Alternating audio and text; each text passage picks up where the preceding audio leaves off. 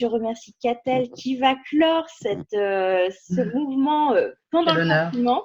Et oui, parce que c'est un sujet qui me touche beaucoup et c'est vrai que ça va être top. Alors, comment j'ai connu Catel? J'ai connu Catel à l'Institut des neurosciences appliquées. Nous avons fait notre cursus de coach motivationnel ensemble. C'était un grand plaisir. Et vous allez voir, c'est une personne aussi super bienveillante, charmante. Enfin bon, elle envoie que du bonheur. Donc, c'est un vrai plaisir de l'accueillir. Et en plus, elle a un thème qui me plaît beaucoup puisque, pour celles qui me connaissent, c'est vraiment la communication bienveillante et une autre façon d'aborder les clients. C'est vraiment quelque chose qui me touche et qui me parle. Donc, je vais te laisser te présenter tranquillement et puis la parole est à toi. Donc, je vais, si tu ne lis pas le chat, moi, je me permets, s'il y a des questions, de les donner. Comme ça, toi, tu peux concentrer sur ce que tu fais. Je suis ton assistante pour l'heure. Voilà, je te laisse la parole. Merci. Déjà, je te remercie de m'accueillir. C'est très gentil. C'est un honneur de pouvoir faire ça avec toi. Je remercie également toutes celles qui sont là et qui regarderont après la vidéo. Et je vous demanderai juste d'être indulgent parce que c'est ma première fois. Donc voilà, il faut bien une première. Et je remercie d'autant plus Florence de m'avoir donné cette occasion. Je tiens à dire, parce que donc, je sais que je m'adresse essentiellement à un public d'esthéticiennes, que vous me manquez, n'est-ce pas? Vous voyez, voilà, nous manquons me manquez, à tout vraiment. le monde. Soit pour les épilations, les massages, vous me manquez vraiment. Mais voilà. Donc j'ai hâte que vous puissiez reprendre votre activité. Voilà, sachez-le. Et je pense que je ne suis pas la seule. Non, je pense aussi, et ça va être vraiment la ruée après, mais on attend avec impatience. Exactement. Et donc, voilà, je suis ravie de pouvoir partager avec vous quelques outils. Donc aujourd'hui, alors déjà, non, je vais me présenter. Je suis Catel Rapin, j'ai 46 ans et j'ai 2 enfants. À l'origine, j'ai fait des études d'ostéopathie et j'ai été installée pendant 10 ans en tant qu'ostéopathe.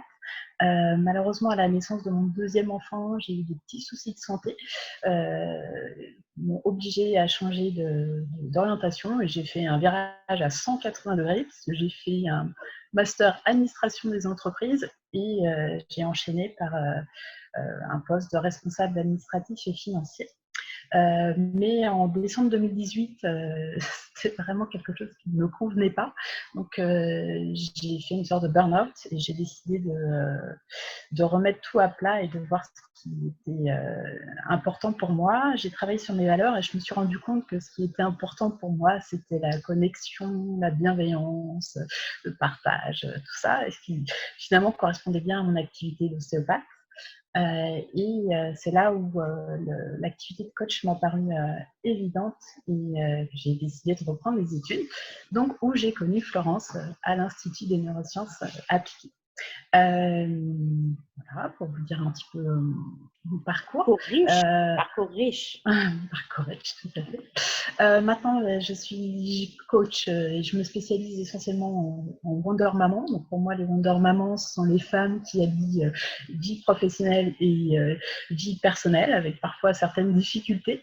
Donc justement, je les aide par un coaching individualisé avec beaucoup d'outils de communication. La PNL, c'est programmation neurolinguistique pour celles qui connaissent, et un certain nombre de types de tests.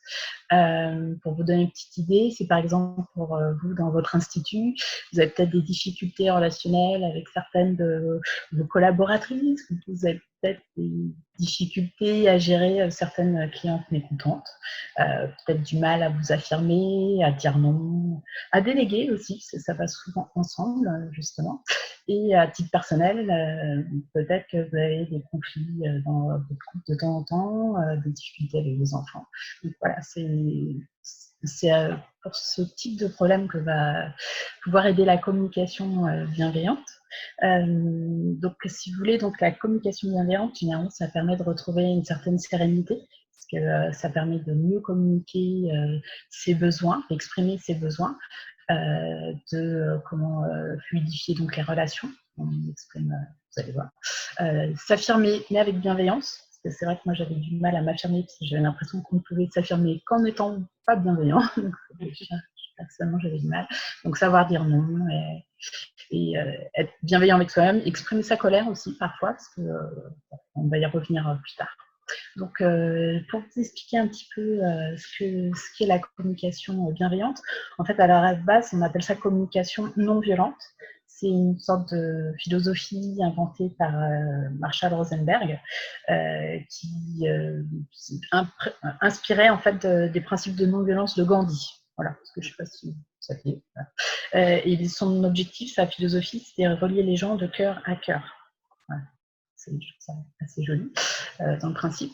Et dans la communication bienveillante, il y a 4 étapes. Premier abord, ça paraît assez simple. Ça va être d'abord les observations, ensuite exprimer ses sentiments, exprimer ses besoins, et ensuite exprimer une demande. Donc au premier abord, ça peut paraître assez simple, mais si je vous le fais en version, je ne sais pas, par institut, peut-être que vous avez quelqu'un qui va laisser traîner une serviette ou quelque chose comme ça. Donc si vous lui dites tous les jours c'est pareil, tu me mets en colère parce que ta serviette est par terre et range-la tout de suite, ça ne va pas particulièrement favoriser la communication. Donc voilà, l'objectif c'est de revoir chacune de ces étapes. Catel, ouais, je parle. Tu as un problème de bande passante. Ah. Alors, malheureusement, soit on enlève l'image, soit est-ce qu'il y a des gens sur ton réseau? Est-ce que tu as des écrans d'ouvert? Parce que là, on t'a perdu. Catel. Ah, on a perdu. Moi, je vais me couper ma vidéo. De façon factuelle, à un moment donné et dans un contexte particulier. Et l'idée, c'est de réussir à faire en sorte que ce soit dénué de jugement, parce que vous imaginez bien que quand il y a du jugement, en face, on risque d'avoir de la résistance ou du rejet par rapport à ce qu'on dit. Et dans ces cas-là, c'est important de faire attention justement à tous ces jugements moralisateurs, essayer de faire en sorte de ne pas faire de jugements moralisateurs, faire attention aux préjugés, aux étiquettes, aux croyances et aux comparaisons, parce que ça va aussi entraîner des rejets. Dans la communication bienveillante, si l'autre se sent jugé ou critiqué, il va se fermer. Il y a Jacques Salomé qui disait d'éviter d'utiliser le tu, parce qu'il disait le tu qui tue. Voilà, dans le sens ça tue la relation, ça empêche d'être fluide.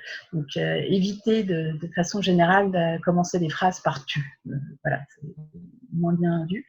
Éviter aussi tous les adverbes du genre toujours, encore, jamais, souvent, chaque fois, voilà, rarement, voilà, toutes ces surgénéralisations qui ne sont pas factuelles. Donc voilà, l'idée c'est plutôt que de dire tu n'es jamais arrivé à l'heure cette semaine, ça va être tu n'es pas arrivé à l'heure cette semaine, lundi, mardi, mercredi, jeudi, vendredi, éventuellement. Le fait d'être le plus factuel possible, ça va aider. Des petites choses aussi, mais ça c'est plus par rapport à soi-même, éviter les termes du style il faut ou je dois, essayer de les remplacer par je choisis. Je n'entrerai pas dans trop les détails. Florence, c'est bon, tu es revenue? Oui, malheureusement, j'ai eu un petit souci. En fait, je pensais que c'était toi, mais c'était moi, en fait. Donc, j'espère que il y aura peut-être un tweet de l'enregistrement qui a coupé. Je suis désolée. Tu étais en train d'exprimer les 4 phases, que j'avais notées, mais on verra l'enregistrement. Je suis désolée. Là, apparemment, il y a eu un bug chez moi. Mais du coup, je t'ai nommé animateur. Donc, j'ai vu ça entre-temps. Ouais, voilà. Donc, bon, excusez-moi. Ce sont des choses qui arrivent. Exactement, c'est le direct. Mais bon, oui, exactement. Oui. Je suis là, je t'écoute, tout oui. D'accord. Alors, voilà, donc ça, je parlais un petit peu des termes importants. Pareil, mais là, c'est plus vis-à-vis de soi-même, parce que la bienveillance, ça commence en fait par soi-même, enfin la communication bienveillante. Par exemple, plutôt que de dire je suis nulle, je ne sais pas faire ça, plutôt dire je n'y arrive pas pour l'instant, pour le moment, en fait. Voilà, essayer c'est une petite subtilité, mais qui va tout changer, en fait. N'hésitez pas à dire dans le chat si vous avez un discours interne. Qu'est-ce que vous Voilà. avez l'habitude de vous dire pour vous quand vous faites Comment... quelque chose de mal ou que vous jugez mal? N'hésitez pas à nous partager en fait votre discours intérieur. C'est intéressant parce que on voit que en fait on se pollue nous-mêmes en fait. On est notre première cause de pollution. Exactement. C'est terrible. Donc, c'est pour ça que je préfère le préciser. Alors, évidemment, ça marche aussi pour les autres. Je n'y arrive pas pour le moment. Mais voilà, plutôt que de dire justement inversement, hein, t'es nul, t'y arrives pas. C'est autant pour soi que pour les autres, pour le moment. Voilà. Alors, dans l'observation, quand on va formuler son observation, et l'ensemble des autres parties d'ailleurs, on va faire aussi très attention au non-verbal. Parce qu'en réalité, le verbal ne compte que pour 7%, et le reste, ça va être le ton de la voix comment la posture, l'impression visuelle qu'on va donner aux autres. Ça va être très important, parce que même si vous quelque chose qui pourrait paraître gentil, mais que vous faites les gros yeux ou que vous prenez un ton super ironique, ça va changer complètement le sens de la phrase et ça va perdre l'intérêt. Donc, soyez vigilants donc, au ton de votre voix et à la posture. Si vous montrez une certaine agressivité ou une fermeture, ça ne va pas favoriser non plus la communication. Donc, voilà. Et si vous avez ce type de comportement, ça risque d'amener de la résistance ou du rejet de l'autre personne. Donc là, par exemple, pour revenir tout à l'heure à la proposition de la serviette qui est par terre, ça va être tout simplement, je vois une serviette par terre, pour vous donner le type de formulation. Après, si vous voulez, vous pourrez me donner des exemples, on pourra essayer de revoir ensemble quelque chose. Voilà. Après, donc la deuxième étape, si vous aviez entendu, c'est l'étape des sentiments, c'est exprimer ses sentiments. C'est une étape qui est en fait assez difficile parce qu'on n'a pas été encouragé à exprimer ses sentiments. Je dirais même que parfois on a été ouvertement découragé, que ce soit des sentiments positifs, enfin positifs. Pardon, justement, c'est ni positif ni négatif, que ce soit des sentiments agréables ou désagréables, on n'a pas été encouragé parce que la tristesse ou la colère, on disait souvent va dans ta chambre, et la joie, des fois, mais arrête de t'exprimer de façon aussi exubérante. Donc voilà, ça n'a pas été encouragé, c'est qu'on n'a pas développé notre intelligence émotionnelle et on s'est souvent coupé de nos émotions. Moi, je vois beaucoup de coachés couper de leurs émotions, c'est assez surprenant. Et d'ailleurs, la plupart des personnes qui viennent nous voir, c'est un gros problème de gestion des émotions. Donc, c'est quelque chose qu'on n'a pas appris. Et, parce que souvent, parler de soi, parler de ses émotions, ça paraissait souvent limite égocentrique ou narcissique. Donc voilà, c'est mal vu, donc on ne le fait pas. Donc en fait, il y avait justement les sentiments ou émotions agréables à vivre, tels que la joie. Il y a plein de déclinaisons, mais c'est les principales. Et il y a les sentiments désagréables à vivre, comme la colère, la tristesse ou la peur. Donc les sentiments agréables expriment un besoin satisfait, alors que les sentiments désagréables expriment des sentiments insatisfaits. L'objectif de ces sentiments, de ces émotions, c'est de nous mettre en action. Comment dire, en fait, si vous prenez l'exemple d'une voiture, c'est comme si vous aviez un voyant sur votre tableau de bord et que vous n'écoutiez pas. Donc, c'est vraiment important en fait, de prendre en compte le sentiment que vous avez. Si vous avez ce sentiment, c'est qu'il y a un besoin non satisfait derrière et c'est important de le prendre en compte. Jacques Salomé disait, je l'aime bien, disait tout ce qui ne s'exprime pas s'imprime. C'est-à-dire qu'en fait, tout ce que vous n'exprimez pas à l'extérieur va rester en vous et ça peut causer beaucoup de choses différentes. La vie, par exemple, ou autre. Donc, c'est important. Alors là, du coup, vous vous demandez peut-être comment on fait pour gérer les émotions, justement. Il va y avoir plusieurs façons. Ça va être, il y en a beaucoup qui vont les nier, certains qui vont les éviter, d'autres qui vont les exagérer de façon vraiment extrême. Et ce que recommande la communication bienveillante, c'est de les utiliser, prendre l'énergie d'une émotion pour en faire quelque chose. Donc, voilà. Alors après, une petite notion que Florence, il me semble, en a déjà parlé, c'est que l'interlocuteur n'est pas responsable de ce que l'on ressent. Il est seulement le déclencheur. C'est une subtilité qui peut être un petit peu difficile à comprendre, à entendre. Mais c'est surtout important pour quand on reçoit beaucoup de clientèle comme nous toutes. Je pense que Ouais. c'est une Voilà. notion, tu as bien fait, Là, oui, c'est une préciser. très bonne idée de le préciser et voilà, de l'imprimer. C'est vrai, c'est vrai. Voilà. C'est pour ça que ça me paraît important. Et donc, quand on exprime une émotion, ça va être l'idée, c'est de dire plutôt je me sens plutôt que je sens que. Voilà, des petites subtilités, choses comme ça. Et quand on va exprimer ses sentiments, une grande erreur qui se fait souvent, c'est ce qu'on appelle des évaluations masquées. Je me sens rejeté, ce sont des sentiments qui impliquent l'autre.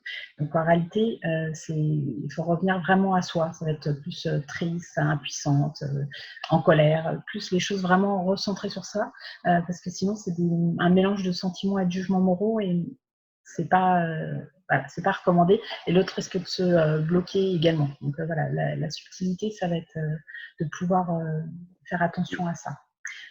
Et là, par exemple, si je reprends l'exemple de la serviette, ça va être quand je vois la serviette par terre, je me sens triste et découragée. Voilà, ça pour vous donner un petit exemple par rapport à ça. Maintenant, on va parler des besoins. C'est donc la troisième étape, savoir exprimer ses besoins. Et justement, c'est un peu pareil, les besoins, les gens souvent ont été coupés de leurs besoins. Ils savent s'occuper des besoins des autres, surtout les personnes de type empathique. J'imagine que vous êtes beaucoup dans tout ce qui est esthéticienne. Tu peux généraliser, elles sont toutes. Voilà, c'est ça. Souvent, dans le domaine de service à la personne, on est assez empathique et du coup, on sait s'occuper des besoins des autres, mais on a souvent tendance à se couper de ses propres besoins. Voilà. Et voilà, l'idée, c'est d'apprendre à exprimer justement ces besoins sereinement. Voilà. Mais je reconnais que c'est pas toujours évident, parce que généralement, les gens savent dire ce qu'ils ne veulent pas. Ils ont beaucoup de mal à dire ce qu'ils veulent. Donc voilà, donc un besoin, on doit l'exprimer. C'est mieux de l'exprimer de façon générale, d'éviter les négations, parce que le cerveau en fait ne comprend pas la négation. Si je vous dis surtout ne pensez pas à la tour Eiffel qui clignote, surtout ne pensez pas à la tour Eiffel qui clignote, normalement vous allez penser seulement à ça. Donc attention de bien l'exprimer de façon positive. Et il faut savoir que rien que le fait que vous-même vous identifiez votre propre besoin, ça devrait déjà vous apporter un certain soulagement. Donc si vous dites tiens, je suis en colère parce que la serviette est par terre, j'aurais besoin d'ordre et de respect, et bien déjà ça paraît peut-être surprenant, mais ça permet déjà de vous satisfaire. Voilà. Donc voilà, les besoins, ils ont plus besoin d'être reconnus que vraiment satisfaits. Ça paraît subtil. Après, il y a aussi une autre chose dans les besoins qui est assez importante, c'est qu'on peut avoir un même besoin, mais pas la même stratégie pour le satisfaire. Je vais vous donner un exemple par rapport à ça. Par exemple, moi j'ai un besoin de connexion qui est très important et mon mari a également ce besoin, mais on n'a pas du tout la même stratégie pour le faire. Par exemple, mon mari, si on regarde un film sur le canapé ensemble, il a l'impression qu'on est connecté. Moi, pour pouvoir être connecté, c'est plutôt une grande discussion ensemble, éventuellement autour d'un repas, mais que tous les deux. Et voilà, donc on a le même besoin, donc il pourrait comprendre mon besoin, mais on n'a pas la même stratégie. Donc voilà, c'est aussi une subtilité de pouvoir expliquer la différence entre stratégie et besoin. Voilà, essayer de penser que parfois les mêmes personnes peuvent avoir le même besoin, mais pas la même stratégie, et aussi peut-être pas le même besoin au même moment. Parce que peut-être que quand vous rentrez du travail, vous n'avez pas spécialement envie qu'on se jette sur vous pour faire un câlin, alors que les enfants qui vous ont attendu toute la journée, eux, ils en ont envie. Vous voyez, c'est pas que vous n'avez pas le même besoin, c'est pas aussi la question de timing. Voilà. Après, effectivement, les personnes ont parfois du mal, surtout justement dans les personnes qu'on pourrait dire qui ont envie de faire plaisir aux autres, peuvent avoir du mal à exprimer leurs besoins parce que exprimer ses besoins, c'est aussi faire face à l'éventuel mécontentement des autres, dans le sens où ça peut ne pas correspondre à ce que les autres attendent. Et alors moi, j'étais une grande spécialiste pour ne pas exprimer mes besoins et être désespérée que les gens ne les satisfassent pas. C'est un paradoxe, mais voilà, c'est quelque chose d'assez commun, sachez-le. Et donc là, si je reprends la métaphore de la voiture, si vous identifiez vos besoins, c'est un peu comme si vous repreniez les commandes de la voiture. D'accord. Voilà. Donc tout à l'heure, il y avait le voyant qui s'allume sur le tableau de bord. Alors, en gros, théoriquement, vous avez un voyant sur votre voiture. Je suppose qu'à un moment ou à un autre, vous allez faire en sorte de trouver le problème. C'est ça pour les émotions. Et pour le besoin, c'est comme si vous repreniez en main la voiture, les commandes de la voiture. Et je dirais qu'il faudrait plutôt utiliser je me sens parce que j'aimerais plutôt que j'ai besoin d'eux. C'est une petite nuance, pareil, dans la subtilité de l'expression de langage.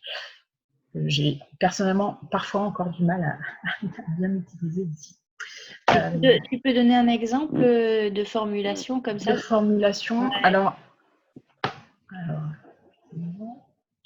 alors par exemple, ça va être, là par exemple, si on reprend de la serviette. Le truc de la serviette, ça va être quand je vois que la serviette est par terre, je me sens triste et découragée. Donc ça, c'est l'observation du sentiment.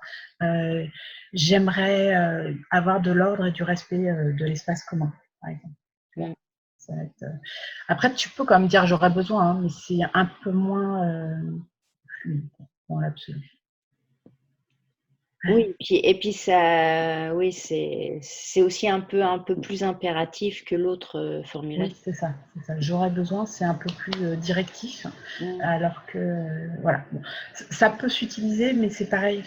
Derrière, il faut faire très attention au ton et tout ça. Si tu le dis avec beaucoup de bienveillance, ça passe plus facilement quand même. Après, il y a la demande. La quatrième étape, donc c'est la demande. Donc c'est pareil, il faut la formuler de façon concrète, qu'elle soit réaliste, positive, donc formulée sans négation, et négociable. Quand je dis concrète, réaliste, c'est-à-dire qu'un enfant de 3 ans, ça va être difficile de lui dire de ne pas bouger, par exemple. Et c'est pareil, le fameux truc qu'on peut dire aux enfants, surtout ne touche pas la porte. Là, on entend d'abord touche la porte, donc c'est pour ça qu'il va avoir tendance à faire ça. Et négociable, dans le sens où si votre demande n'est pas négociable, et ben, en fait, ça va être une exigence. Et à partir du moment où une exigence, la réaction de l'autre va pas être la même. Et justement, quand il y a une exigence, en réalité, il va y avoir 2 possibilités en face de vous. C'est soit la soumission, soit la révolte. Donc justement, en fonction du style de caractère qu'on a en face, si vous voulez, il y a ceux qui vont faire une sorte d'obéissance automatique. Dans ces cas-là, c'est un peu dénué de conscience et c'est fondé sur la peur, la honte, la culpabilité ou le souci de faire plaisir. L'idéal, ce sera plutôt d'obtenir une adhésion responsable qui est reliée aux valeurs et pour un engagement moral, faire en sorte que faire le goût de faire les bonnes choses comme on veut, enfin, en tout cas faire en sorte que les personnes adhèrent à notre vision des choses, ce sera plus productif que le côté imposé. Alors clairement c'est plus long. Je vois, j'essaye de le faire notamment pour l'éducation, c'est quelque chose qui est quand même plus long, mais ce sera plus productif que pour plus tard, par exemple, quand je sais pas ce que vous n'avez pas envie que vos enfants ils soient juste soumis à leur futur patron et qu'ils le suivent parce qu'ils aiment ce qu'il fait et qu'ils aiment ses valeurs. Souvent, c'est plutôt dans cette idée-là. Pour reprendre l'exemple de la serviette, ça va être quand je vois la serviette par terre, je me sens triste et découragée. J'aimerais avoir de l'ordre et me sentir, non, pas me sentir respectée, parce que justement là, ça veut dire que ne respecte pas.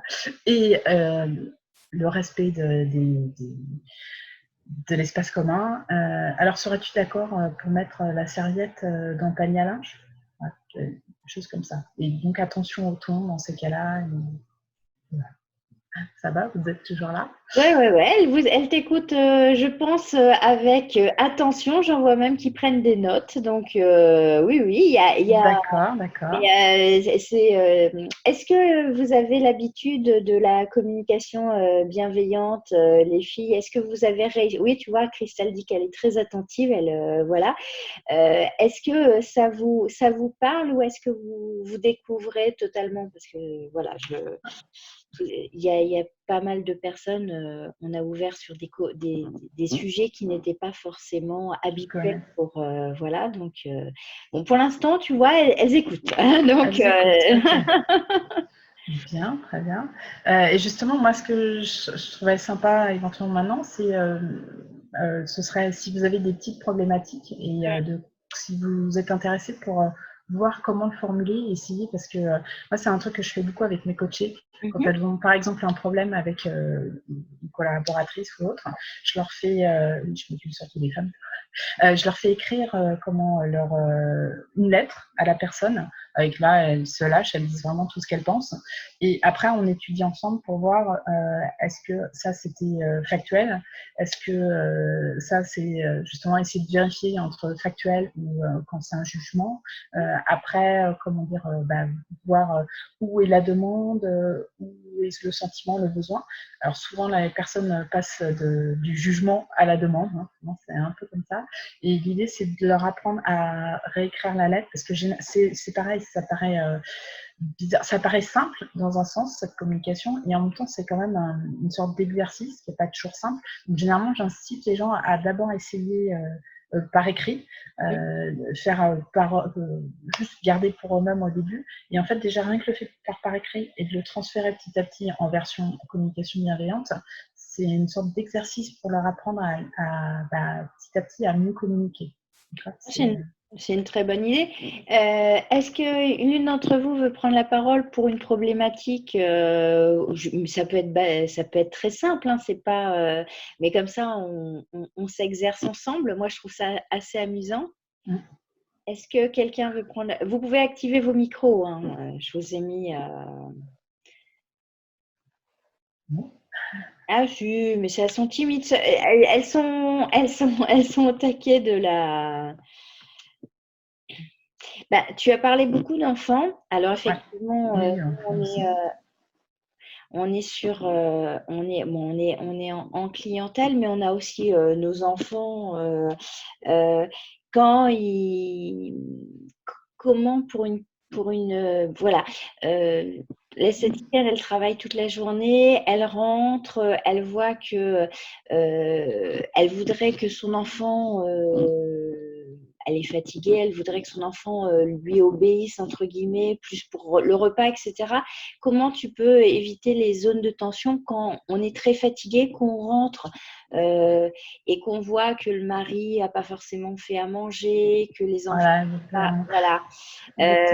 C'est une problématique assez régulière, c'est-à-dire que on arrive à la maison, on a travaillé, on a fait notre journée d'institut et en fait à la maison, bah, on se sent pas franchement respecté entre guillemets dans le sens où il y a des fois pas de participation. Comment on peut formuler ça pour que ce soit pas vécu comme une agression? comme une agression. Alors déjà, je vais déjà partir sur une chose, c'est que souvent, justement, par exemple, la colère, il faut savoir que c'est un sentiment qu'on garde souvent en soi et qu'on ne dirige pas toujours sur la bonne personne. Dans le sens où, par exemple, dans la journée, vous avez eu des collaboratrices ou des clients pas forcément très agréables, vous avez pris sur vous, et c'est monté, c'est monté, c'est monté. Et le soir, vous rentrez chez vous, et c'est là où justement vous avez une sorte de transformation qui fait que il va y avoir un petit événement qui ne va pas être forcément grand-chose et qui va faire ressortir votre colère. Donc déjà, ça va être déjà travailler sur soi pour se rendre compte de bien diriger la colère vers la bonne personne, d'accord? Parce que, alors je vous parle en connaissance de cause parce que j'ai été un peu la spécialiste pour faire ce genre de choses, où justement, moi, j'aime bien l'ordre, on va dire, et j'avais un peu de mal avec mon fils qui, lui, avait tendance à laisser ses affaires un peu partout. Et c'était un peu comme si la dose était montée dans la journée et que le soir, voilà, ça s'exposait. Donc, déjà, peut-être première chose, prendre conscience de ça pour soi-même, se rappeler, parce que donc la bienveillance, elle commence d'abord par soi-même. Je vois la fameuse petite goutte d'eau, c'est tout à fait ça, exactement ça. Et en fait, justement, c'est aussi, on appelle ça aussi l'effet cocotte minute, où on prend sur soi, on prend sur soi, et c'est un peu tous ces principes-là. Donc l'idée, c'est de déjà prendre conscience soi-même de ce qu'on a ressenti dans la journée. Parce que, comme je vous ai dit dans les besoins, à partir du moment où vous avez identifié votre émotion et le besoin non satisfait derrière, déjà, ça devrait vous apaiser en partie. Et quitte à vous le dire à vous-même en parlant intérieurement, par exemple, je sens que j'ai passé une mauvaise journée, je ressens de la colère, j'ai été frustrée. Voilà. Essayez d'exprimer autant que vous pouvez avec les mots qui vous viennent au début. De toute façon, quand c'est à vous-même, c'est pas grave d'utiliser les mots même dits teintés de jugement moralisateur. Et l'idée, c'est d'essayer de dire quel est mon besoin. Parce que la plus grande étape, ça va donc essayer d'identifier votre besoin. Peut-être que vous avez besoin de calme, donc vous arrivez chez vous, vous n'avez pas de calme. Peut-être à ce moment-là, si c'est du calme dont vous avez besoin, prendre 5 minutes de plus dans la voiture avant de rentrer, par exemple, quelque chose comme ça. Et après, quand vous rentrez à la maison, c'est justement d'identifier si justement vous avez, mettons donc les enfants ont laissé des choses par terre, ça va être, je vais vous donner l'exemple de mon fils, Gabriel, je vois que ton manteau est par terre, j'aimerais j'aimerais avoir de l'ordre et le respect pour cette chose qui compte pour moi. Alors attendez, je vous ai dit mon sentiment ou pas, je ne sais plus. Excusez-moi. Donc j'ai dit l'observation, le sentiment, le besoin, oui, j'ai besoin d'ordre. Tu veux bien remettre le manteau sur le porte-manteau? Voilà, c'est une chose comme ça, mais en question, pas en imposant. Et la difficulté en communication bienveillante, en communication en général, c'est accepter le fait qu'il puisse ne pas le faire. Et c'est là où ça va être difficile parfois. Et c'est pour ça que c'est un petit peu plus long, surtout dans l'éducation, faire en sorte que la personne ne fasse pas que pour faire plaisir, mais il comprend votre besoin et il le fait parce qu'il comprend votre besoin, mais pas dans le sens seulement faire plaisir. Je ne sais pas si vous comprenez la nuance. Oui, oui. Parce qu'en fait, il ne faut pas conditionner la demande en disant si tu ne le fais pas, enfin implicitement, Voilà. si tu ne le fais pas, en fait, l'enfant a tendance des fois à se sentir obligé de faire pour se sentir aimé et reconnu. Ouais. Et donc, l'idée, c'est vraiment de lui laisser, entre guillemets, son libre arbitre, même si on aimerait bien qu'il le fasse. C'est ça. Et faire en sorte, comme je disais tout à l'heure, qu'il le fasse par adhésion et pas par obligation. C'est une nuance subtile et c'est quelque chose qui est clairement plus long à obtenir. Mais je dirais plus tôt on le fait, plus mieux c'est. Et avec le conjoint, je vous donne un exemple qui s'est passé mardi soir. J'avais un cours, donc je finissais assez tard. Enfin, je finissais à 19h et normalement mon mari devait faire un poulet. Et quand je suis arrivée à 19h10, eh bien, il n'avait pas fait le poulet. Bon. Donc, j'ai dit, j'ai été le voir en disant, je vois que le poulet n'est pas dans le four. Alors après, c'est pareil, hein, petit à petit, au début, il faut bien faire... là, j'ai plus dit qu'est-ce qui s'est passé. Il m'a juste dit, j'ai oublié. Et puis, de toute façon, que voulez-vous faire dans ce cas-là? On se réadapte et voilà. Le tout, c'est... Je pense qu'avant, il y a 1 an à peu près, je serais probablement partie dans une colère extrême en me disant je ne suis pas respectée, il n'a pas fait ce qu'il avait dit. Oui, et c'est là où c'est réussir à prendre du recul sur soi et bien comprendre aussi. Alors justement, l'étape d'après, ça va être, on a donc justement son observation, son sentiment, son besoin, sa demande, et après c'est de réussir à faire l'échange avec l'autre. Lui, c'est pareil, en fait, il avait son travail qui lui a pris du temps, plus que prévu, donc il n'a pas pu essayer d'en fait, si vous arrivez à identifier justement la deuxième étape, quand je fais avec mes coachés, quand je leur ai fait écrire une lettre à quelqu'un, la deuxième étape, c'est d'essayer de comprendre après le comportement chez l'autre.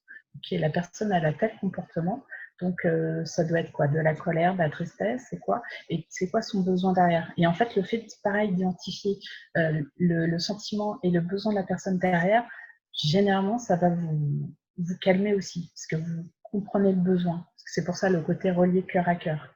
On a nos besoins, les autres ont leurs besoins, et quand on revient sur les besoins de chacun, ça permet de s'apaiser. Je ne sais pas si je suis assez claire pour tout le monde. Oui, oui, oui. C'est en fait de se mettre à la place de l'autre.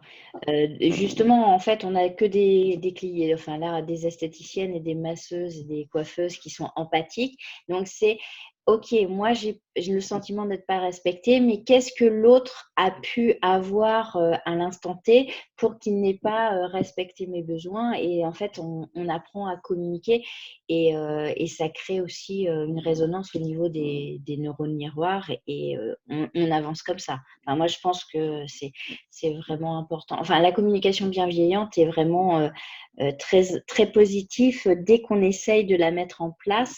Alors, c'est une adaptation, effectivement, tu as raison.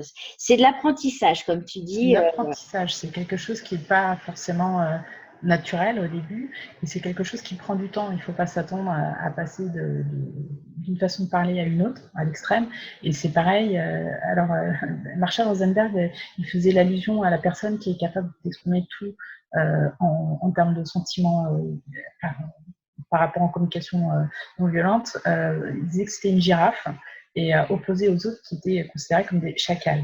Ça peut paraître un peu bizarre comme ça, mais il faut savoir que même des personnes qui pratiquent la communication bienveillante depuis des années ne sont jamais 100% girafes, d'accord. Et l'idée, c'est de tendre le plus possible vers le côté girafe parce que ça améliore franchement les relations.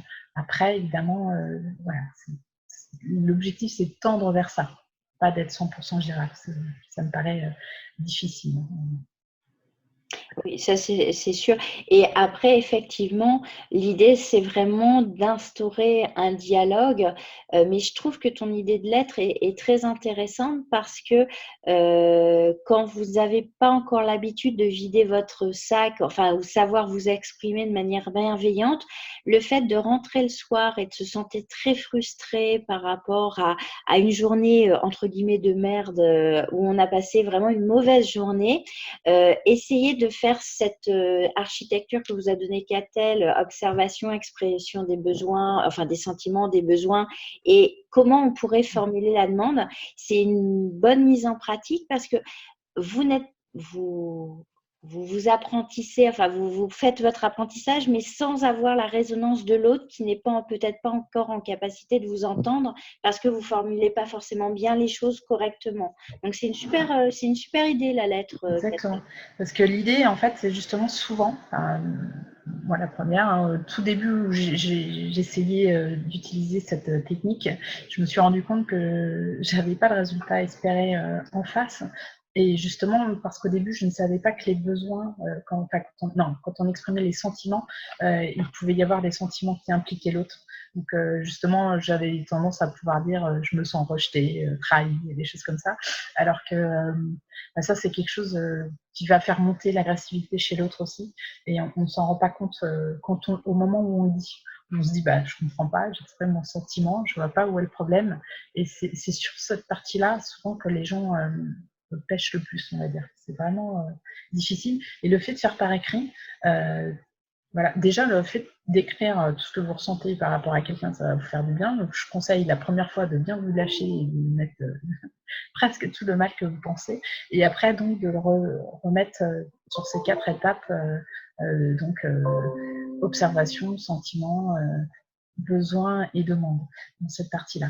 Après, effectivement, en réalité, la bienveillance, la communication bienveillante, ça commence toujours par soi en réalité, d'accord? Parce que pour pouvoir exprimer à l'autre, idéalement, avoir déjà identifié chez soi, d'accord? C'est déjà s'être parlé, on va dire, essayer de comprendre ce qu'on ressent, voilà, cette première étape qui n'est pas toujours évidente, et surtout justement chez les personnes qui ont tendance à vouloir faire plaisir aux autres et s'occuper des besoins des autres, donc ne pas savoir exprimer, reconnaître ses propres sentiments et reconnaître ses propres besoins. C'est pour ça qu'idéalement, ce serait si vous pouviez communiquer certains de vos vos propres expériences pour que je vous aide. Mais bon, Ouais. c'est...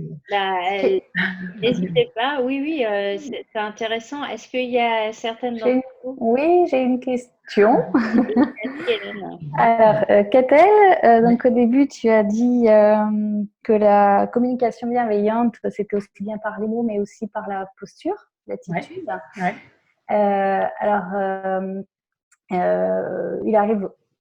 Il m'arrive assez souvent que finalement ma posture corresponde à ce que j'ai en tête.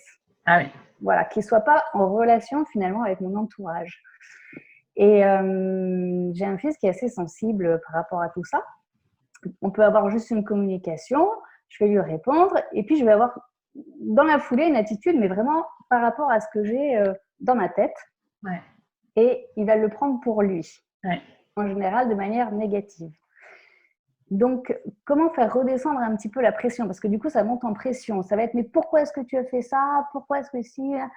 Et j'ai beau essayer d'expliquer, je dis, c'est pas en relation avec toi, c'est parce que j'ai d'autres choses en tête. Il a du mal à le comprendre. Il le prend vraiment pour lui. Dans cette situation, comment essayer de rétablir justement une communication plus ouverte et bienveillante, en restant dans la bienveillance? Alors, plusieurs choses. Déjà, c'est vrai que quand on a déjà une communication difficile avec une personne, c'est plus dur, historiquement, c'est plus dur de revenir vers une communication plus bienveillante. C'est quelque chose qui va demander plus d'efforts. Malheureusement, voilà, pour savoir ça, c'est parce que la personne reste sur ses a priori. D'accord? Donc, s'il y a eu peu de temps avant des conflits, voilà, la personne va rester sur ses a priori. Et ça va te demander du coup d'avoir un petit peu plus de calme et avant de venir, et même peut-être faire ce qu'on appelle, ce que j'ai appelé la technique du pare-choc.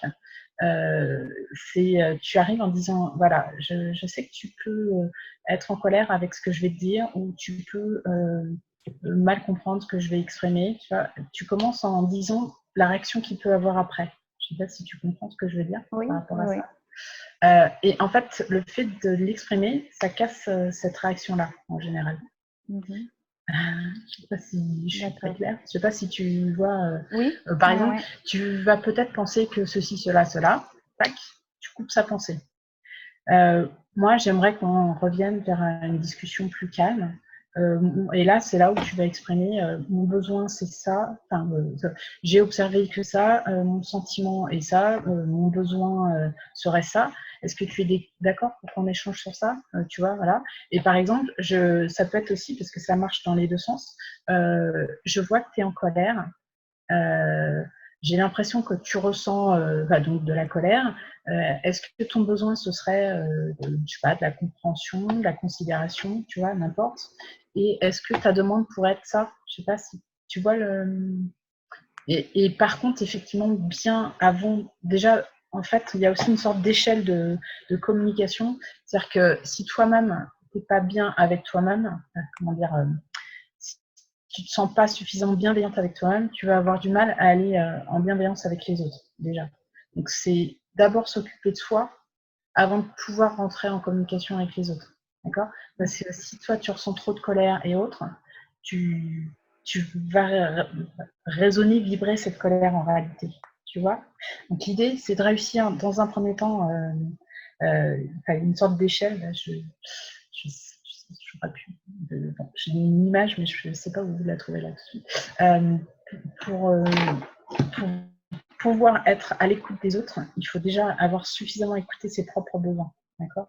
Donc, avant de communiquer avec ton fils, ça va être d'identifier, je sais pas, par exemple, dans l'exemple que tu disais, est-ce que tu peux essayer d'être plus précis sur ce que tu voulais communiquer et quel était ton besoin?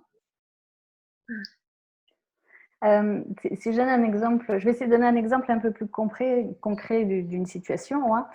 Je suis sur ordinateur, voilà, je fais des papiers administratifs par exemple, ou bon, voilà.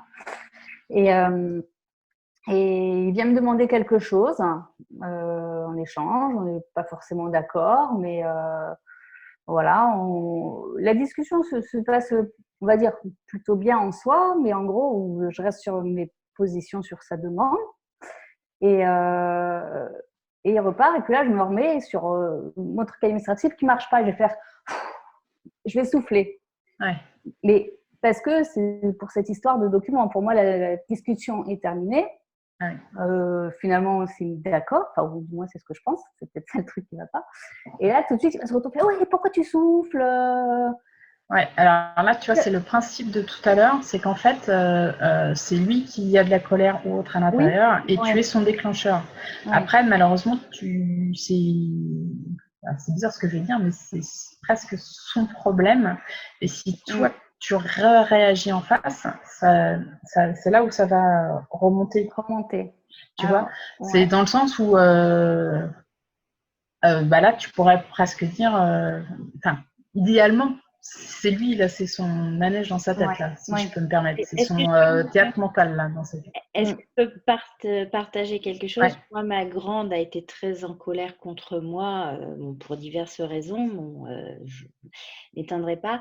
Et à un moment donné, quand j'ai commencé ce travail sur moi et que j'ai travaillé évidemment en communication non violente, quand elle partait dans ses délires comme ça, d'être en colère, parce que c'était sa colère, à un moment donné, je dis stop, ma chérie, ça c'est ta couleur, ça t'appartient. Alors je sais ce que je vais te dire, ça va te paraître dur, mais si tu as envie de rester en colère contre moi, c'est ton choix. Mais moi, j'ai décidé de ne plus me laisser impacter. Et bien, à partir de ce moment-là, quand j'ai tenu ce discours, elle a changé aussi vis-à-vis d'elle-même. Mais c'est vraiment parce que j'ai tenu ce discours en disant ça c'est ton choix, tu décides que ma réaction qui n'est pas liée à toi, tu veux la prendre pour toi.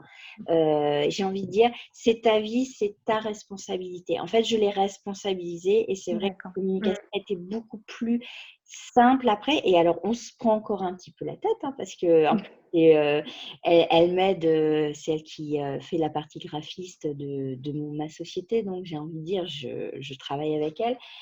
Mais à un moment donné, quand on part dans nos délires toutes les deux, on se dit « Ah, stop !» Et maintenant, elle sait en disant « Quand tu exprimes ça, je ressens ça. » Et maintenant, elle arrive à faire de la communication non violente. Alors, elle a 18 ans à la mienne. Mais c'est vrai que ça fait déjà 3 ans qu'on discute et que je l'ai responsabilisée. En plus, comme je te connais un peu, Hélène, je sais que tu as ce côté justement besoin de faire plaisir aux autres. Et le problème, quand les personnes qui ont envie de faire plaisir aux autres, ils se sentent responsables du bonheur des autres. Malheureusement, en fait, justement, je vais vous dire 4 phrases qui vont peut-être marquer. C'est tu n'as pas le pouvoir de rendre les autres heureux. Tu n'as pas le pouvoir de rendre les autres malheureux. Personne n'a le pouvoir de te rendre malheureuse et personne n'a le pouvoir de te rendre heureuse. C'est bon, j'ai bien dit 4 différents. Oui, tout à fait. Ça, c'est des phrases, j'ai mis du temps, moi, à les intégrer. Mais en fait, le jour où tu comprends ça, c'est chacun ses responsabilités. Il est responsable de sa colère qui est bizarre, mais c'est sa colère, c'est pas la tienne. Et tu n'es pas responsable de sa colère. C'est lui, tu vois, tout à l'heure, tu peux être le déclencheur, ton soupir peut être le déclencheur, mais c'est lui qui a décidé de se mettre en colère, tu vois.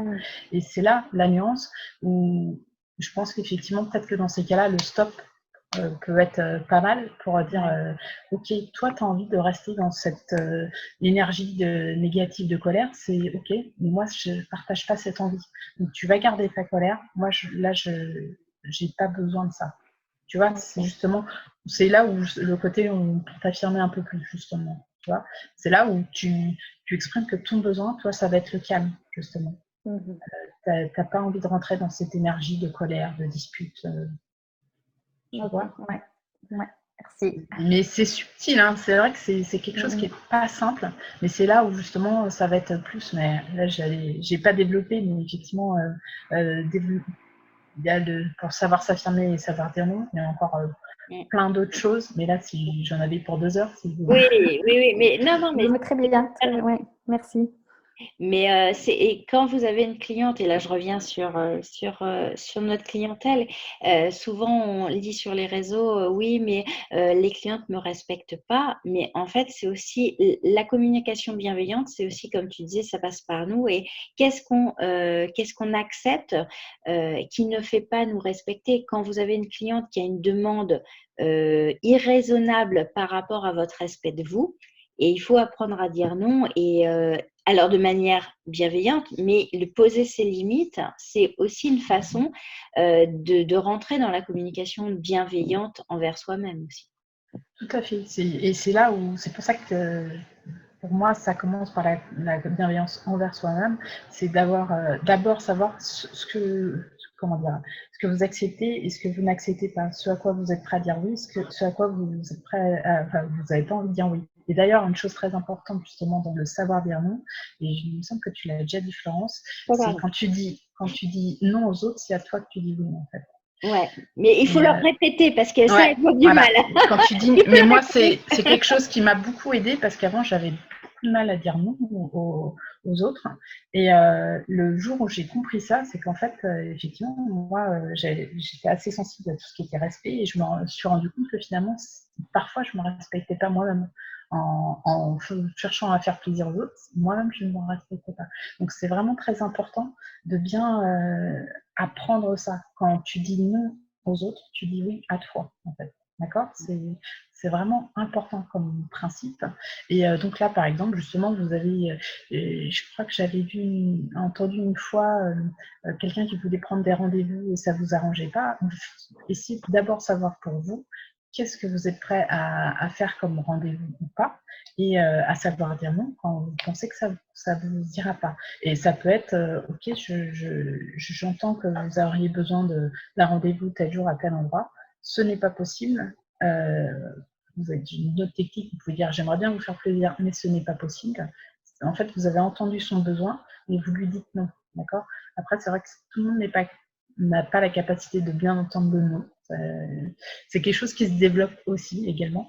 Mais voilà, en fait, c'est vous entendez sa demande, vous pouvez reformuler sa demande et lui dire ce n'est pas possible. Voilà. C'est pareil, c'est pas justifié, parce que souvent on a tendance à partir dans des justifications. Oui, c'est ça. Mais en fait, ta formulation est très sympa parce que c'est j'aimerais vous faire plaisir. Donc, en fait, on exprime le besoin qu'on aime faire plaisir aux autres. Voilà. Mais là, effectivement, ce n'est pas possible. Alors, elle ne sait pas, en fait. Souvent, elles disent oui, mais je peux l'apprendre alors que ça ne m'arrange pas du tout. Oui, mais elle ne sait pas, la cliente, qu'on peut l'apprendre. Elle n'a pas le planning sous les yeux.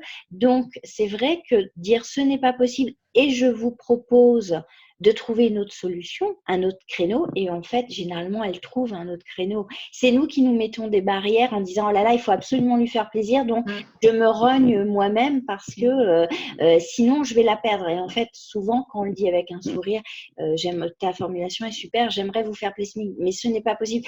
Quelle est la solution qu'on peut avoir pour vous faire plaisir? Trouver une solution qui nous accorde toutes les deux, c'est OK. Exactement.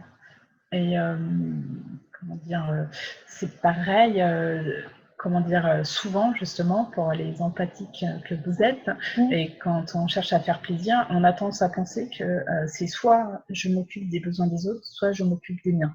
En fait, non, je vais vous dire un truc qui m'a moi-même révolutionné. Vous pouvez écouter les besoins des autres et écouter les vôtres, d'accord? C'est pas les besoins des autres au détriment des vôtres ou les vôtres au détriment des autres, d'accord? C'est vraiment c'est là où une subtilité, il faut juste réussir à trouver le compromis qui correspond à tout le monde, justement. C'est du gagnant-gagnant, en fait. En fait, on a une logique de matrice où on se dit bah, soit tu gagnes, moi je perds, ou soit moi je gagne, toi tu perds. En fait, maintenant, il faut transformer ces relations en du gagnant-gagnant, et en fait, on peut gagner tous les deux. C'est ça. C'est ça. Hein, oui, c'est tout à fait ça. Donc, c'est vraiment, en fait, c'est vraiment très subtil, la communication bienveillante, et c'est vrai que tu as vraiment apporté, vraiment expliqué la synthèse, mais on se rend compte que c'est une ouverture et un changement de relation qui est assez impressionnante, en fait, quand on commence à s'exprimer comme ça. Après, effectivement, c'est mieux si quand vous le faites et que vous essayez d'apprendre aux autres aussi, en mettant bien les subtilités, parce que c'est plus facile quand on est à deux à communiquer sur le même type de langage. Souvent, la communication, ça se fait en couple, par exemple. Enfin, ils font des stages à deux ou des choses comme ça, par exemple. Alors, mais ça n'empêche que si vous améliorez votre propre communication, ça améliorera avec les autres, même si eux restent dans leur colère ou autre. Si vous arrivez à vous apaiser, l'idée, c'est de ne plus partir sur les, savez, le ping-pong verbal qui s'envenime, c'est justement, vous sentez que l'autre, il est dans sa colère et tout ça, et vous, ok, je vois que vous êtes en colère, tout ça, et vous restez là. Et en fait, normalement, il ne va pas monter plus, parce que il va peut-être monter un peu, mais comme vous ne montez pas avec lui, il va arrêter de partir plus haut. Je ne sais pas si... Ouais, si, c'est tout à fait ça. Si, on voit bien l'image, c'est vraiment, oui, en fait, on coupe le feu qui est sous ta cocotte minute, en fait. Exactement. Exactement. Pour Mais reprendre ça. on est d'accord, avant, pour pouvoir faire ça, il faut être soi-même bien suffisamment zen, savoir prendre du recul, des choses comme ça. Après, je suppose que Florence vous a déjà parlé de toutes les choses qui vous aident à prendre du recul, comme la méditation, la cohérence cardiaque, ces choses-là. Ouais, mais c'est toujours important de le rappeler. Moi, Voilà. je dis, plus on répète les choses, plus ça s'intègre. C'est ça. En tout cas, c'est clairement plus facile de réussir à prendre sur soi, parce que clairement, hein, quelqu'un qui est très agressif en face de vous, je reconnais que c'est pas facile de pas se mettre en colère. Mais c'est vous qui décidez, en fait. C'est subtil, mais c'est vous qui décidez. Oui, d'être décidé d'être impacté par la colère de l'autre, en fait. Exactement. Parce qu'en fait, alors quand je l'ai compris, bon, il y a certaines personnes qui ont tendance à me mettre en colère. Et d'ailleurs, je me mets encore en colère. Hein, je suis pas non plus. Moi aussi, hein, Notamment, on n'est pas des saintes non plus. voilà, exactement. Quand on appuie sur le bouton comptabilité, j'ai du mal avec le comptable. Donc, j'avoue que ma conversation avec mes comptables est donc c'est compliqué chez moi et donc ça a encore une réaction épidermique chez moi. Mais effectivement, de se dire, est-ce que je fais le choix d'être impactée par les sentiments et les émotions de l'autre, alors que c'est des sentiments qui sont néfastes pour moi? C'est une bonne question à se dire. Est-ce que je me respecte en me laissant impacter par ce qui vient de l'extérieur? Et là, on vient sur l'estime de soi, le respect, l'expression des besoins, comme tu as dit au début de la Zoom. Hein. C'est vraiment important de lister aussi ses besoins et qu'est-ce qu'on est en capacité d'accepter pour nous, de notre entourage aussi. C'est très important parce que c'est vrai que c'est ça. Souvent, les gens ne savent pas ce que je disais tout à l'heure, ils ne savent pas ce qu'ils veulent déjà. Ils savent qu'ils ne veulent pas, ils ne savent pas ce qu'ils veulent. Et voilà, ça, c'est bien de chercher pour soi-même. Qu'est-ce que je suis prêt à offrir? Qu'est-ce que je ne suis pas prêt à offrir, à accepter? C'est vraiment primordial. Eh bien, ça, c'est top. Oui, effectivement, c'est une très belle demande. Est-ce que c'est clair pour vous, les filles? Parce qu'elles ont été sages aujourd'hui. Alors, je ne sais pas si c'est l'idée de reprendre le sujet ou si c'est la reprise qui est proche. Mais je ne les ai jamais vues aussi sages. Tu as un aspect apaisant, Catel. J'espère que c'est le côté apaisant. Je ne vous ai pas fait peur quand même. Non, pas. Et comment est-ce que vous allez mettre ça en place dans l'expression de vos besoins? Dites-nous dans le chat ou prenez la parole si vous voulez. Merci. Cela donne un bon chemin à prendre, Christelle. Eh ben, tu t'entraîneras quand je viendrai te voir, parce que Christelle est à côté de chez nous, Catel. Ah d'accord. Okay. Non mais c'est bien. J'espère qu'effectivement. Après, je sais que c'est pas simple hein, à mettre en place au début quand on connaît pas. Mais voilà, l'idée c'est de réussir à mettre en place petit à petit et comme je vous dis, commencer par vous-même. D'accord. C'est l'étape la plus importante, commencer par soi-même. Tu veux dire quelque chose, Nathalie? Vas-y. Hein. Je vais juste rester sur l'image que tu as pris pour inciter les gens encore plus à le faire. C'est que la cocotte minute, au bout d'un moment, quand elle explose et qu'on l'ouvre, ce qu'on voit, c'est qu'il n'y a plus d'eau. Et donc, les gens, à force de garder, quand on explose, à la fin, on n'a plus d'énergie, on n'a plus de jus. Et donc, pour se remettre, c'est encore plus compliqué. Donc, on se fait vraiment encore plus de mal, même vis-à-vis de ça, pour dire de rebondir derrière quand on est au fond du fond. Donc, c'est voilà, pour inciter les gens à ne pas attendre se mettre dans cet état-là pour mettre les choses en place pour elles d'abord.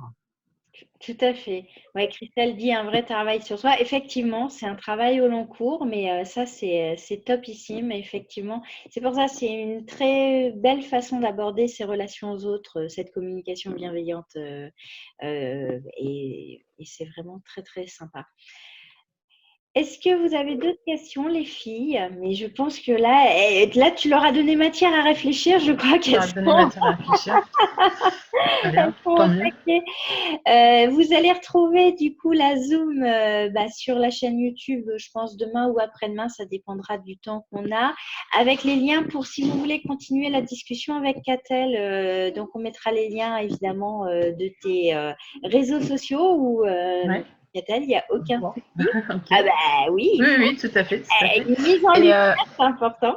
et Oui. justement, une chose, c'est que j'ai fait un e-book justement sur la communication bienveillante. Si ça vous intéresse, je pourrais te le transmettre pour que tu Ah bah sinon, oui, sur on mettra le lien de ta page d'inscription et comme ça, elles recevront de ta part avec plaisir, Catel. Ça, voilà.